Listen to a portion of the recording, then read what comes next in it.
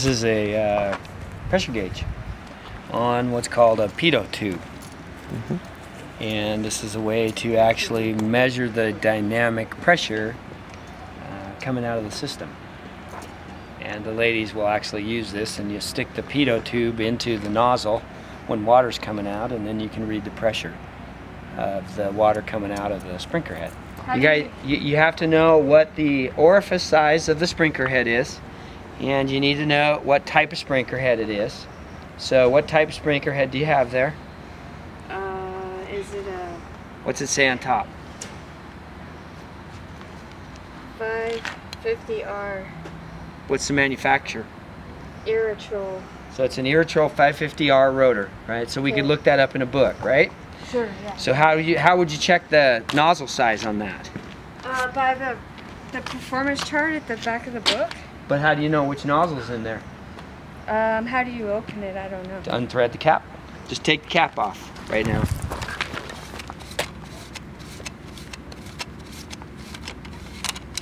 Pull it out. Now, take that and push that up with your hand, or put that on your knee and push the cap down. Right? And then look, there's your nozzle size. What's that say?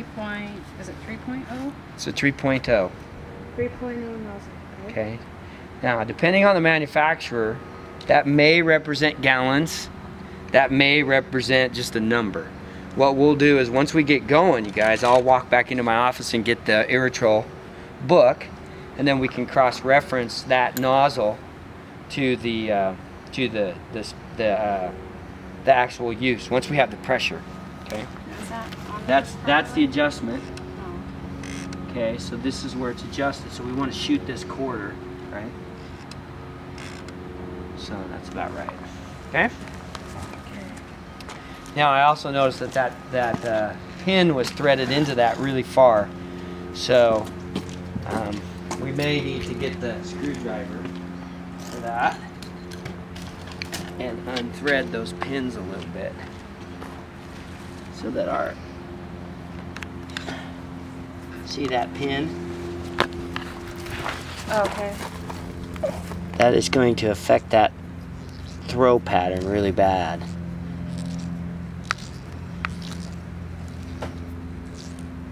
Oh, I see. But you can't take that pin too far up. If you take that pin too far up, then that nozzle will blow out of that sprinkler head. All right. So we need to check the other 3 sprinkler heads if you guys would like to. I think that's pretty good. Yeah. As long as that pin's not in the way. Now, you guys, if you wanted to adjust that head, you're going to use the same tool to adjust the head, and the Irritrol sprinkler head actually adjusts as you're looking at the head, the right hand side is locked in place, and all you do is adjust the left hand side. So you have to physically turn the canister to line the right hand side of that head up, and if I want to make that head turn more, I have to just adjust the adjustment pin. See how that's now almost a third? If we want to take less, just turn it and make it less. Okay? Now, depending on the manufacturer, the right and the left sets, you got to figure out which one it is. Okay? But, you know, if, Hunter, Rainbird, Irritrol, most of them are set on the, I think the Hunter and the Irritrol are set on the right, the Rainbird set on the left. But you can just do a quick adjustment and see which side turns. Oh, okay.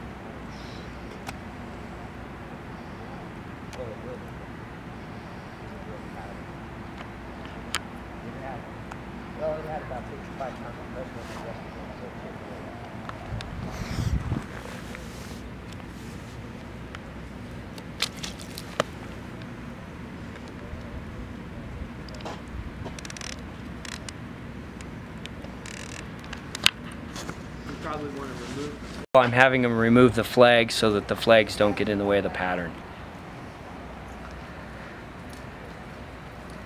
Angela, you want to get the yellow one?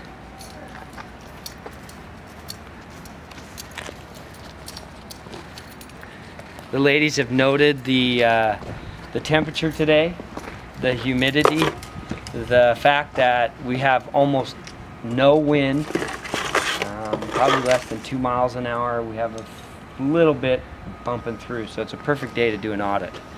So we're going to turn the water on, and then we're going to time it. Ladies, did you want to run it for 15 minutes? Yeah. You have a timer?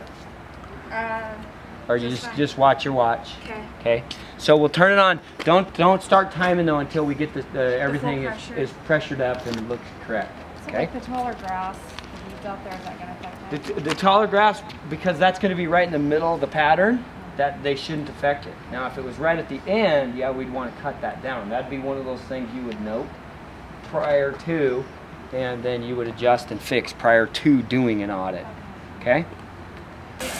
All right. Who wants to get wet? Hey. You adjusted that sprinkler. Jerry did. Okay, so to use a pedo, you see this has a little hole, and all you do is you're just going to read your pressure gauge. You're going to stick this inside the hole and let the water pressure run into the pressure gauge, and then read the pressure gauge. Okay. So I'll demonstrate it, and then you guys can do it. So you just hold this here, stick this,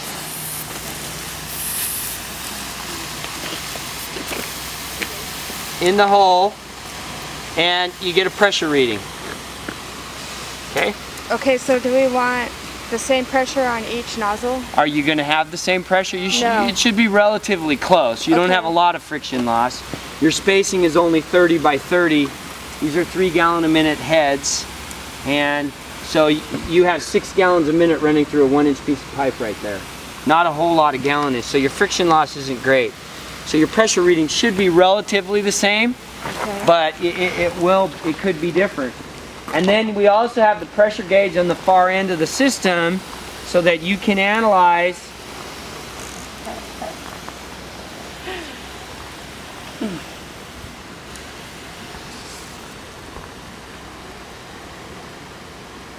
You also want to note how far are the heads shooting. Are they head to head? You did it in there. Oh, okay. 23.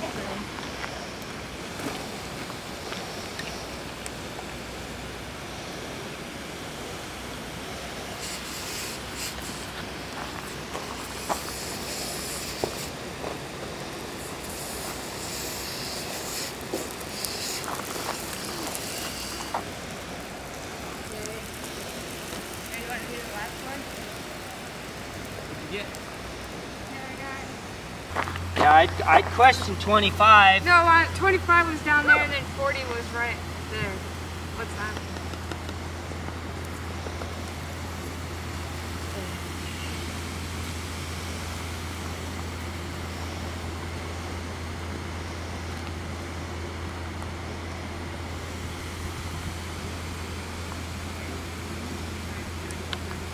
Oh, what? 6 there. 35, 36, 36, and the gauge that's attached says 36 or 37. So we're averaging about 35 across the system, right? Why would these heads maybe have 36 and those have 35? They're closer to the... They're closer, less friction loss, absolutely. So you might be seeing a little bit of friction loss is the reason those, that's why 40 out there really doesn't make sense if this is reading 36. Okay. That should actually be a little bit lower. Okay. All right. But it's really hard to read with a pedo, right? I mean, you're sticking it in there, trying to get it to read, trying to get it. You know, the pressure gauge there is about you're good, and it's showing about 36 out there right now. So it's actually bounced to 38. So you guys created a map, and you know which can is number 1 and which can is number 36. Yep. Okay? So what you have to do this as a team now. One of you has to be a scribe, and one of you has to be a pourer. And what you're going to do is you're literally just going to take your water out of your can. Is this your number 1 can? Yep. Okay. 1 to 2. All right.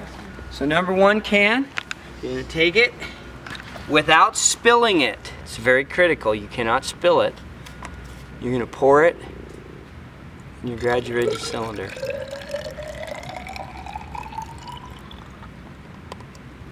Okay. What do you got there? You're going to shake it out. Now, you know about the meniscus, right? The meniscus is the surface tension of the water. See how it comes up on the edges? Yeah. You always read the bottom. Oh, Read the bottom of the meniscus. And right now, the bottom of that meniscus is reading what?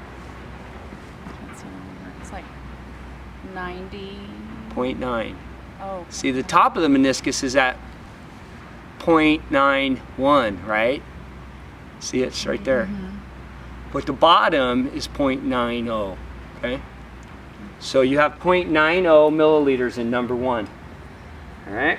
Now, again, because I always don't want to run the test again, I'll put it back in there and then I get them all, make sure I got Good call. them. And then I'll come back and dump them out. Okay, here's Okay. number 2. Yikes. Or you can just take care of them and dump them in there. Don't spill it. No pressure. Easy to Now you really don't need the ring. The ring is to try to help you read on it, but It is 7.1. I'm gonna dump this. You really don't need to It do is? that right now. 7.1? Yeah. No, it's That's point 7. point Oh, seven 0.7. 0.71. Oh, 0.71. 0.71. This Okay. is, well, it's actually, I'm sorry, it's actually not. It's, the first one was 90 milliliters and this one is 71 milliliters. Okay. All right. I was actually reading the liter container. So. Okay. Almost cracked. Oh, That Okay. might be Would that would affect the reading. that might be something you might want to note there. Okay. That can was cracked on the side. okay. It's interesting because it has more water in it. Okay, so it's just cracked on the side. It's not cracked on the bottom. Okay, So- so that is 73. Okay.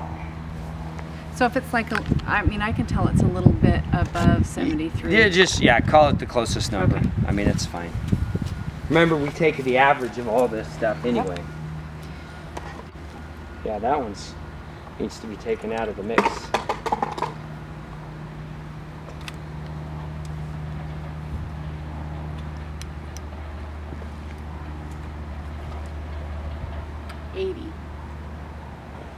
So if you pour that in there, well, that's fine, you missed a little bit. And that's over the top reading on your graduated cylinder. So what you have to do is pour some out back in your container. You're gonna read what's left in your cylinder. 93. Okay, No, 92. 92. So then you can dump 92 out. Now pour what's remaining.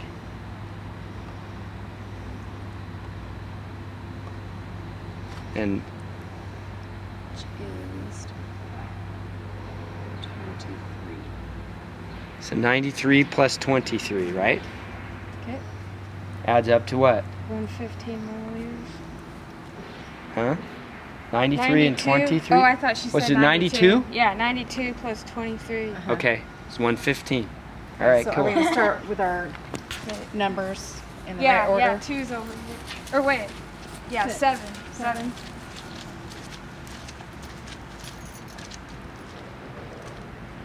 And did you see their map, Scott? Mm-hmm. They created a whole map and they're marking that down on that map, and it's very critical so that you can analyze the cans when you actually do the actual mathematical analysis and identify the weak cans, so that then maybe you could identify the problems with your irrigation system.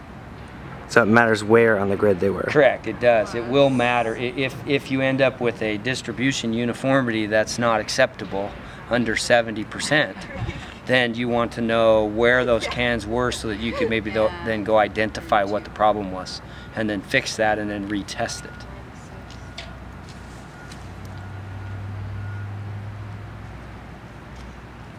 They finished up measuring all the cups, and so they now have 36 different measurements in milliliters. Ladies will be now assimilating all that data, putting it into columns, and we'll be adding that data up and then finding the average of all those cans. Once they find the average, they'll plug that into an equation to find a coefficient of uniformity, which is the average uniform application, and then they'll plug it into another equation to find the distribution uniformity. And the difference is the distribution uniformity values the lower quarter greater than the rest of it. So the lowest quarter gets a heavier weight than the rest of it. And the distribution uniformity will be a lower number than the coefficient uniformity. So at this point in time, what we have left is a lot of math to do. Now for you guys that are online that are watching the video, we will assimilate all the data. The ladies will finish their math. I will post the data for you, and I'd like you to go through it, calculate a coefficient uniformity, and also calculate a distribution uniformity for this test that you guys have watched. So you get out of actually physically measuring the cans, but you get to do the math.